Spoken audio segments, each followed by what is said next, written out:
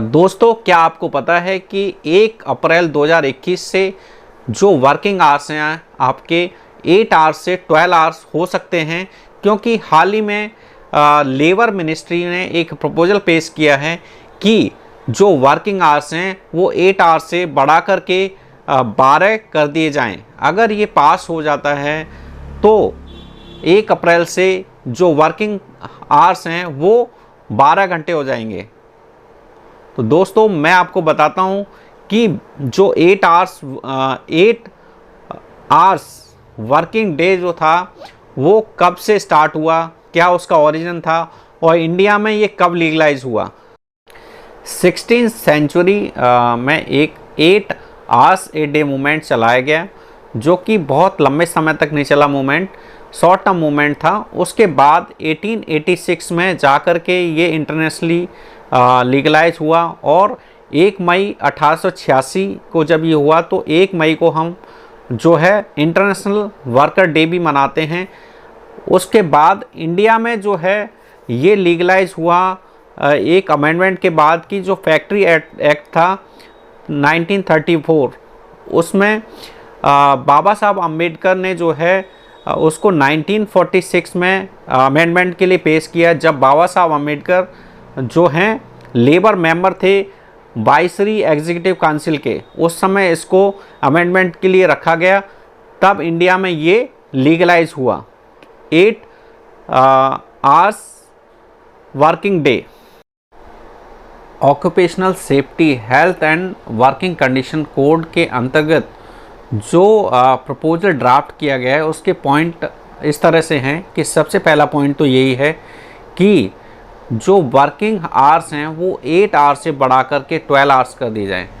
और दूसरा पॉइंट ये है कि जो वर्किंग आवर्स ILO के कन्वेंशन के अनुसार जो है कि वीक में 48 आवर्स से ज़्यादा किसी से काम नहीं करवा सकते। तो यहाँ पर गवर्नमेंट का कहना है कि हमने वो जो ILO कन्वेंशन है उसको सेम रखा है, उसमें कोई चेंज नहीं किया है।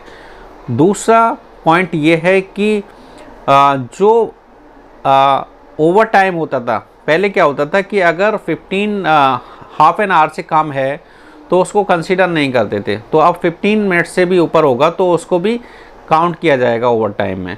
तीसरा पॉइंट ये है कि जो ओवर टाइम के लिए जो पे आउट किया जाता है एम्प्लॉयर के थ्रू, वो वेजेस का जस्ट डबल होगा, जो उसको बेस पे हो रहा है वेजेस उसका डबल देना होगा। चौथा पॉइंट ये है कि कोविड के बाद एक पेड लीव इंट्रोड्यूस की गई है जिसको क्वारंटाइन लीव भी कहा गया है। इसमें 21 डेज़ की एम्प्लॉय को जो है पेड लीव देनी होगी। अगर कोविड हो जाता है उसको तो क्वारंटाइन लीव पेड लीव होगी, और कई सारे एक्सेप्शन केसेस में 30 तक हो सकती है। तो और इस वर्किंग आवर्स को बढ़ाने के बाद एम्प्लॉय की लाइफ पर क्या इम्पैक्ट होंगे उसके बारे में बात करते हैं। सबसे पहला इम्पैक्ट तो ये होगा कि सोशल उसका लाइफ है वो ऑलमोस्ट फिनिश हो जाएगा, क्योंकि जब वो 8 आवर्स वर्क कर रहा है, अब 12 करेगा तो वो अपनी पर्सनल और सोशल लाइफ में इतना समय नहीं दे पाएगा। दूसरा, उसका हेल्थ पे भी इम्पैक्ट पड़ेगा कि कोई भी अगर 8 आवर्स वर्क कर रहा है, 8 की जगह उसको 12 आवर्स करना पड़े तो समहाउ उसकी हेल्थ भी अफेक्ट होगी। और तीसरा होगा कि जो अनएम्प्लॉयमेंट है वो भी बढ़ेगा। वो कैसे बढ़ेगा मैं बताता हूँ। जैसे मान लेते हैं फॉर एग्जांपल कि किसी भी एक फैक्ट्री में 3 शिफ्टों में कार्य होता है, शिफ्ट ए, शिफ्ट बी और शिफ्ट सी। शिफ्ट ए में भी 50 जो हैं वर्कर हैं, शिफ्ट बी में भी 50 हैं और शिफ्ट सी में भी 50 हैं। अगर ये 8 घंटे से 12 घंटे कर दिया जाता है तो अब 3 शिफ्ट की जगह 2 शिफ्ट में ही काम हो जाएगा। तो जहाँ 150 पीपल्स कर रहे थे काम, वहाँ ये काम 100 पीपल से हो जाएगा। तो यहाँ पर 50 पीपल्स जो 50 पर्सन्स को जॉब मिला हुआ था उनका जॉब रिस्क में आ जाएगा, और वहाँ पे इस केस में आप कह सकते हैं कि अनएम्प्लॉयमेंट भी बढ़ेगा इससे।